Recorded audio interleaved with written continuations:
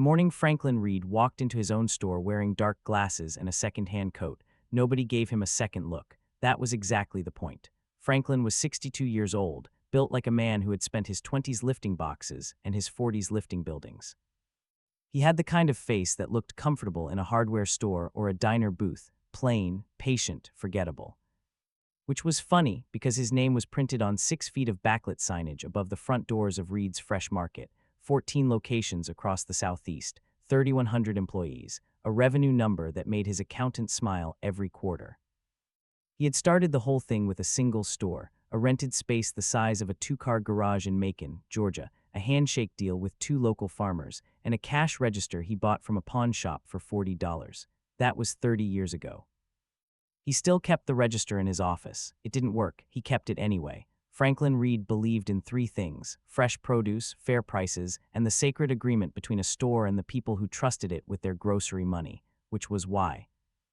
On a gray Wednesday morning in October, he was standing in line at Register 3 of his Decatur location, wearing a borrowed pair of dark glasses, holding a white cane he had spent 2 weeks learning how to use. And listening to a cashier named Brandon Kessler explain to his coworker that the old blind dude in line was, quote, the easiest mark in the building. He had been shopping here for 9 days. He had been shortchanged 7 of them. It had started the way most important things do, with a letter. Franklin's assistant had flagged it from the customer complaint inbox, handwritten, envelope worn at the corners, stamped slightly crooked like it had been pressed on by someone going by feel. Dear Mr. Reed, my name is Dottie Marsh. I have been shopping at your Decatur store for going on 14 years. I am legally blind. I use a machine to read my receipts at home. For the past 4 months, I have come up short. Not by much each time, $3 here, $4 there. 1 week, almost 8. I called your store and was told I must have miscounted. Mr. Reed, I have been miscounting one thing or another my whole life. Money is not one of them. I am not writing for the money back. I am writing because I believe somebody in your store has decided that people like me are not worth the trouble of counting honest. Franklin read it twice at his desk and once more standing at the window. Then he called his CFO, a wiry, fast-talking woman named Patricia Owens who had been with him since location number 3.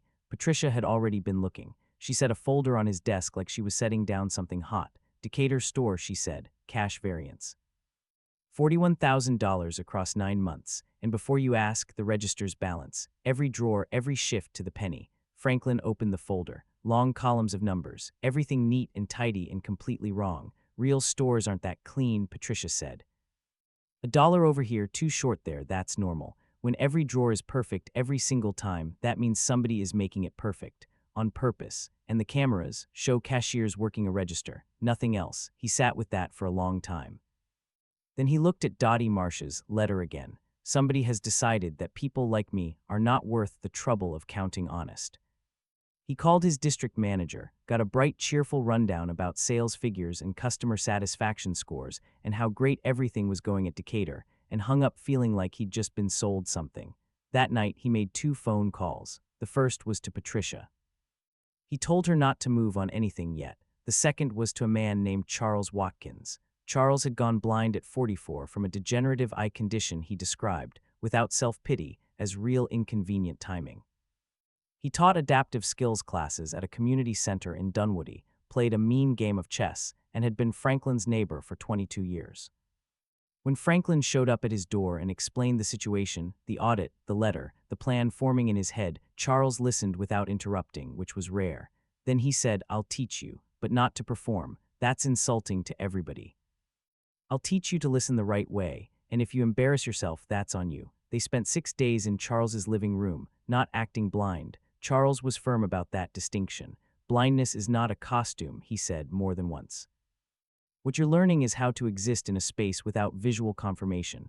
That's different. That's a skill. He taught Franklin how a cane sweeps ahead in an arc, methodical, not dramatic. How you orient to a voice instead of a face. How you hold your palm flat and open when someone counts change into it, and how you track the weight of what lands there, paper and coin, and notice when it's short. You'll want to flinch when people are rude, Charles said, because people are going to be rude. Some of them will be rude without even knowing it. You keep your face steady. You keep your shoulders open. You're not angry. You're listening. What if I am angry? You save it for later. Anger makes you visible. Right now you need to be furniture. By the end of the week, Franklin could cross the room in the dark without breaking the stillness Charles called unfocused attention. He could hold a conversation with someone standing to his left while tracking a sound from his right. He could feel the difference between 3 bills and 4 by the weight in his palm. Charles pressed his spare cane into Franklin's hands the night before he left. White fiberglass, worn smooth at the grip. "Her name is Louise," Charles said. "She has never once let me walk into a door. Bring her back in one piece." "I need a name," Franklin said. Charles thought about it. "You look like a Gerald." Gerald was unremarkable in every possible way. He showed up the first morning in a brown corduroy jacket, khaki slacks with an iron crease his housekeeper had put in, and shoes that were clean but not new, dark glasses with thick frames, gray at his temples. A little stooped at the shoulder, the way men get when they spend a lot of years bending toward shorter people. He took the number 4 bus from a park-and-ride 2 miles away and got off at the corner, and 3 different strangers held the door for him before he made it to the produce section.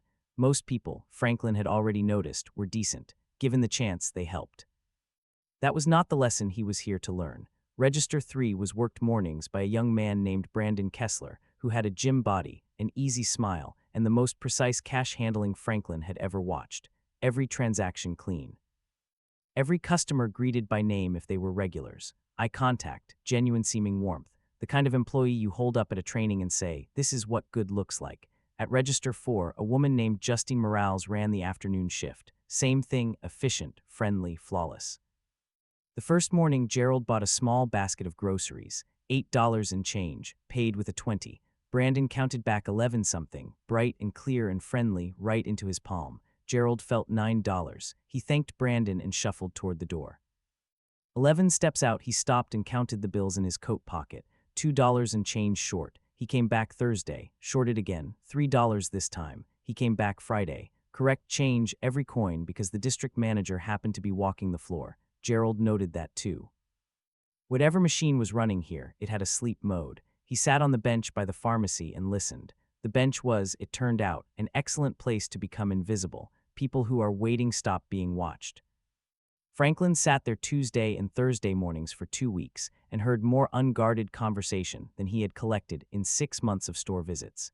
He heard Brandon and Justine talking over the heads of customers the way people talk around furniture. He heard them describe certain shoppers, elderly, paying cash, moving slowly, no receipts, using a word that made his jaw tighten the first time he caught it. The slows, Brandon said, not loud, just conversational, the way you'd say the lunch crowd or the morning rush, a category. A classification. First of the month, the slows come out. Checks come in, cash comes out, and they count like it's 1987. Good morning, next customer please. Justine laughed the kind of laugh that meant they'd had this conversation before. Franklin sat on the bench with his cane between his knees and felt something cold settle in his chest. They had a word for the people they robbed, a word that made it a category instead of a person. That was how you did it without losing sleep. He came back Monday and positioned himself at an end cap near Register 3 during the slow hour after lunch. He watched a man in a veteran's cap pay $37 cash for groceries and walk out without his receipt. The drawer closed, the line cleared. 2 minutes later, he heard a soft triple keystroke and a small electronic chirp. Then Justine's voice, barely above a murmur, got it, 37. Then Brandon, voided, customer walked, items not received. And then the soft, dry sound of bills being lifted from a registered drawer. Franklin stood very still in the cereal aisle and understood the entire machine. Shortchange the customers who couldn't catch it. Void the sales of the ones who left no paper trail. The register believed the sale had never happened. The inventory system couldn't find the missing money in 40,000 line items. The cameras recorded a cashier correcting an honest mistake. The books balanced to the penny. The theft lived in the 2 seconds between a customer's hand and the drawer closing. In the 2 seconds, nobody audits. That evening, Franklin drove to Patricia's house and laid out what he had. She listened, pulled up the void logs on her laptop, cross-referenced with camera footage timestamps she had already been quietly collecting. It tracks, she said. The voids cluster around cash transactions, high traffic hours, repeat customers the system knows. They're not random. They're selected. How do we close it? Patricia leaned back and gave him the look she gave him when he wasn't going to like what she said. You need the money itself. Marked, tracked, and found in their hands. Recordings are context. Void logs are suspicious, but marked bills in a locker close a case. One more visit, Franklin said. One more visit, she agreed. and this time we photograph every bill before you walk in. They did it on a Thursday morning, 10 $20 bills. Patricia photographed each serial number and applied a UV-reactive ink at the corners, invisible to the naked eye, $200 that could testify in court. Franklin tucked them into his coat pocket, picked up Louise, and took the number 4 bus. At Register 3, Brandon rang up Franklin's cart: coffee, soup, a pot roast, crackers, juice, with his usual game day efficiency, $63.40. Gerald counted out 420s, slow and careful the way Charles had taught him, bill by bill laid flat. 80 counting right into your hand, Brandon said, smooth as anything. 1660's your change. You need your receipt, boss. No use for it, son. Smart man. A friendly wink nobody could see. You have a blessed afternoon. Gerald shuffled out, sat in the bus shelter with his phone in his coat, Patricia's voice in his ear through a single earbud. 11 minutes later, there it is. Transaction voided. Reason: items not received, customer walked. Authorizing employee J. Morales, Register 4, $63.40 had just stopped existing on the store's books. Brandon's dropping his till, Patricia said, heading to the back. The camera footage showed him detour through the break room. 11 seconds by the lockers, back to camera. Till came out looking exactly the same. Every camera in the store had just filmed a cashier doing his job. Only the serial numbers knew what had happened. We've got it, Patricia said quietly. Franklin sat in the bus shelter and held the cane across his knees. He had what he needed. He could walk in right now, make the calls, end it. But then his phone buzzed with a text from Patricia. Check the scheduling. New employee, Register 6. Girl named Maya Sutton. Tyler flagged her in the incident log last night. Complaint says she's interfering with customers, leaving her register. Denise is processing it Friday morning. She'll be terminated by noon. Franklin closed his eyes behind the dark glasses. He knew that name. He had watched her twice from the pharmacy bench. Young woman, maybe 23, 24. She had a habit of closing her register light and walking elderly customers to the door. She had once spent 4 minutes helping an old man find the right brand of soup because his wife had written the name down wrong. She had also, 3 days ago, sat down next to Gerald on the bench and slipped something into his coat pocket while pretending to tie her shoe. He had found it in the parking lot, a folded receipt with 3 words in ballpoint pen: count your change. She had noticed. Working her own register 40 feet away, she had noticed, kept count, and tried to warn a stranger she thought was a blind old man named Gerald. Franklin took out his phone and called Patricia. Don't let them file that termination, he said. Franklin, I'll be there in 20 minutes. Get Sam on the phone and tell him to bring the UV light.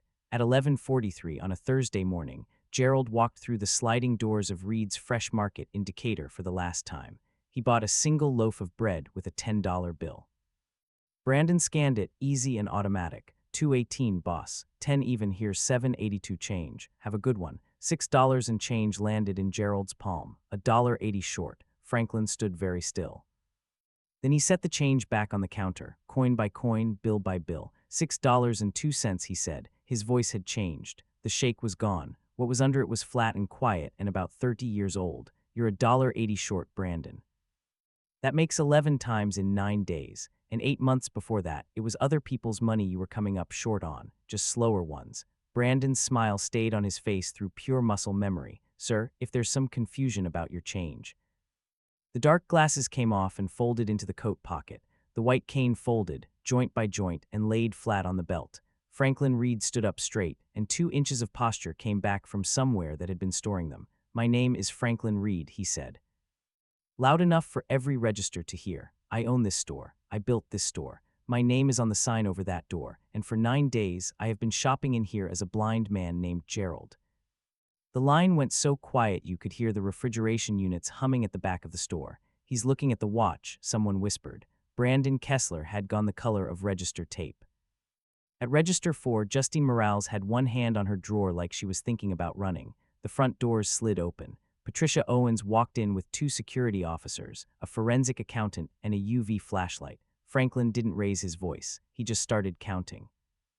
9 months of voided sales, all on your register and Ms. Morales's, all during cash transactions, all without receipts. $41,000. He looked at the UV light in Patricia's hand. Locker 7, please. That's my property, Brandon said, too fast. You can't just rent it, Franklin said.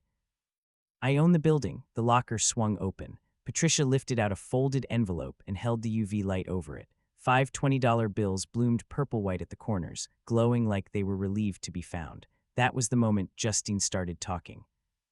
It was his system, she said, words coming fast over each other. The voids, the splits, the whole thing. I just ran the keystrokes. He did the math. He's been keeping track on his phone, dates, amounts, everything. He called it bookkeeping. Justine shut.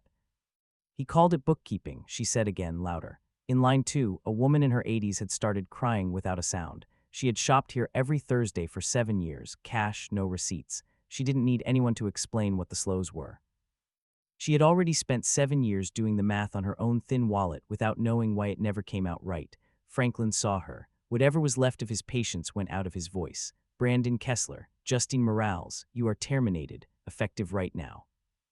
Security's going to walk you out. The police are on their way, and they will take it from there. He picked up the white cane and pointed it once at the woman crying in line 2, not because I can't afford $41,000, because she couldn't afford the 3. Somewhere in the middle of it, the office door had opened. The district manager, a polished man named Craig Devers, stood in the threshold with a tablet in his hand and a look on his face like a man watching a building fall toward him. Franklin looked at him across the registers. Behind Craig, just visible through the office window, was Maya Sutton, sitting in a chair, still in her apron, waiting for a conversation she thought was going to end her job. Tell her she's not fired, Franklin said. Tell her to stay. We'll talk in 10 minutes. He didn't leave the store that day. He sent the rental car back, had his truck brought down, and set up a folding table in the break room. He was there for 6 days. The first thing he taped to the wall was Dottie Marsh's letter. The second was a blank piece of paper with 2 words at the top, what we owe. Patricia's team moved into the back office and rebuilt 9 months of erased transactions from the void logs, camera footage, and register timestamps. By the second day, they had a ledger, 407 voided transactions. 193 of them traced to repeat customers the cameras recognized by face. Franklin refused to mail checks. Mailing checks is what insurance companies do, he said. We're going to call our people one family at a time, and I'm going to sit at that table by the entrance and count every dollar back into their hands myself, out loud, bill by bill. He taped a hand-lettered sign to the table. We owe you an apology. It was the busiest week the store had ever had, and not $1 of it was from new sales. Mrs. Harriet Bloom came in Wednesday, 81 years old, summoned by a phone call that had terrified her until Maya got on the line and talked her through it. Her envelope held $72. She tried to refuse it 3 times. I never even realized, she kept saying. Lord, I counted every week and I thought I was just getting confused. That's exactly why it's yours, Franklin said, and folded her fingers around it the way you close something worth keeping. He drove to Dottie Marsh's apartment himself on Thursday evening, with her refund and her letter, and Charles Watkins riding along in the passenger seat for moral support. Dottie listened to the whole story at her kitchen table, fingers resting on the talking calculator her daughter had given her. When Franklin finished, she was quiet for a moment. Then she laughed, short, sharp, and genuinely delighted. You went shopping blind for 9 days, she said. Welcome to my last 38 years, Mr. Reed. Next time, skip the performance and just count the change. Craig Devers didn't get fired. Franklin had thought about it, but firing Craig was cheap, and cheap solutions don't stick. You were managing the spreadsheets, Franklin told him. The spreadsheets were clean. You kept looking at the spreadsheets. I need you to learn to look at the other thing, the thing that doesn't show up in a spreadsheet. The woman in line who's counting slow. The cashier who's too perfect. The drawer that never has a discrepancy. A pause. Can you learn that? Craig thought about it long enough that Franklin believed him when he said yes. Start by checking on Maya Sutton, Franklin said, and read the complaint Brandon filed on her. Then throw it in the trash where it belongs. The changes went wider than one store. By the end of the week, every register in all 14 Reed's Fresh Market locations ran on new rules. No void over $15 without a second employee's code entered at the register in person. Unannounced audits by people no store manager had ever seen before. A hotline number posted on every break room wall that rang directly to Patricia's office, anonymous, no exceptions. But the rule Franklin cared most about was the smallest one. From now on, at every Reed's Fresh Market, change for every cash customer would be counted out loud, into the customer's open palm, bill by bill, coin by coin. The training team called it the Reed count. Franklin called it something older than that. On Friday morning, a week after noon at Register 3, Franklin gathered the full store staff in the aisles after closing.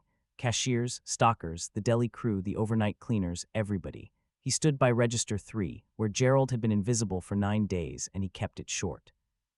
2 people stole from this store for 9 months, he said. I fired them in 4 minutes. That is not the part that should scare us. He looked down the row of faces. The part that should scare us is that they were right about one thing. Nobody was counting. Not me, not management, not the system I spent 30 years building and trusting. He let that sit. That's fixed now. But the machines will only ever catch the money. The people, the slow ones, the quiet ones, the ones who can't read a receipt, the ones who have been coming here every Thursday for 7 years because they trust us, they're yours to count. There are no slows in this store. There never will be again. In the back row, Maya Sutton stood with her arms crossed and her chin up and no idea why the owner kept glancing her direction. She would find out Monday.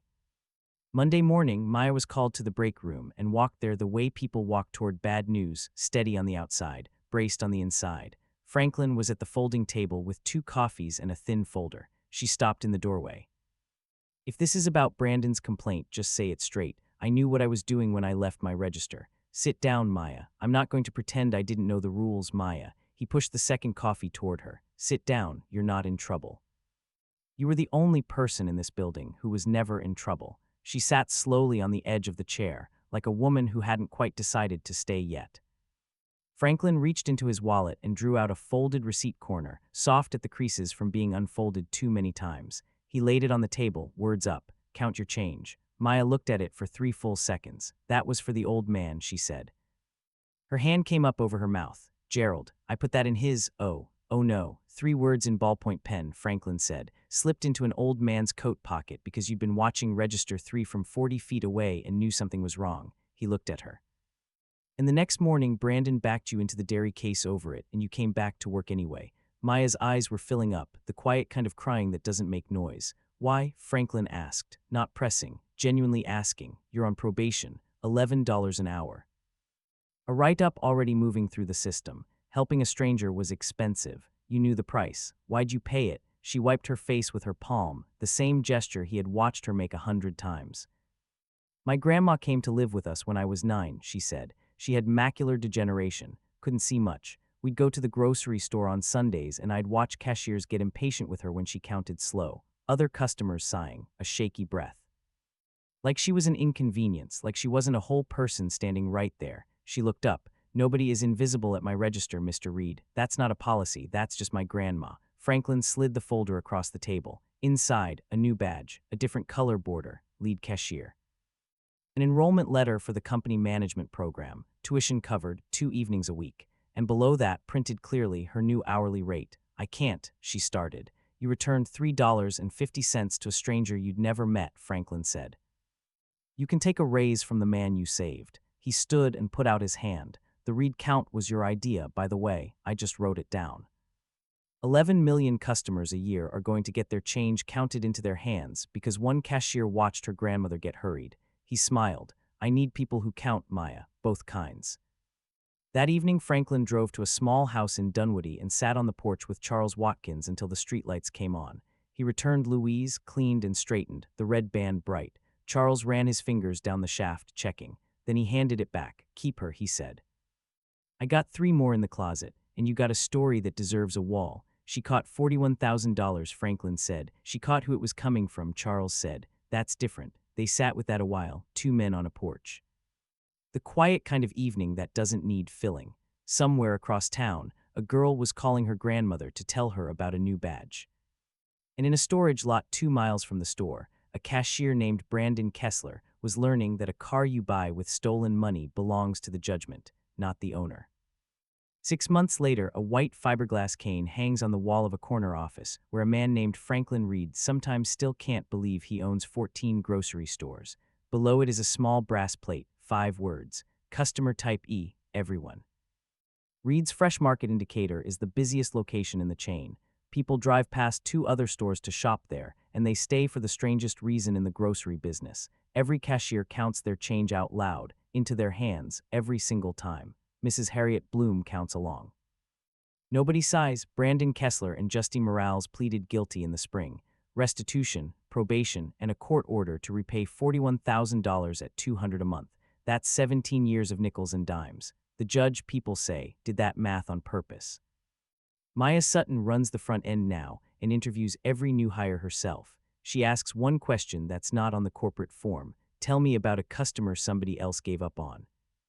Charles Watkins visits all 14 stores twice a year with a consultant's badge and a company cane, grading what the cameras can't see. And some mornings, when the line gets long, an older man in a flannel shirt bags groceries at register 3. Customers thank him. Most never notice the watch. That was never the point. The point is what's on the wall 11 floors up, a cheap fiberglass cane that walked into a store worth millions and found the one thing no camera, no spreadsheet, no perfectly balanced register ever caught: not the money. The people the money was taken from, the ones who count slow, the ones who count anyway, the ones, like a girl at register 6, who count for somebody else when nobody's paying them to care. Real talk, I told this story because I've seen what happens when a counter becomes a transaction and a customer becomes a category. Somebody out there is being invisible today. Don't be Brandon, be Maya. Count for them. That tiny thing, that's the whole game.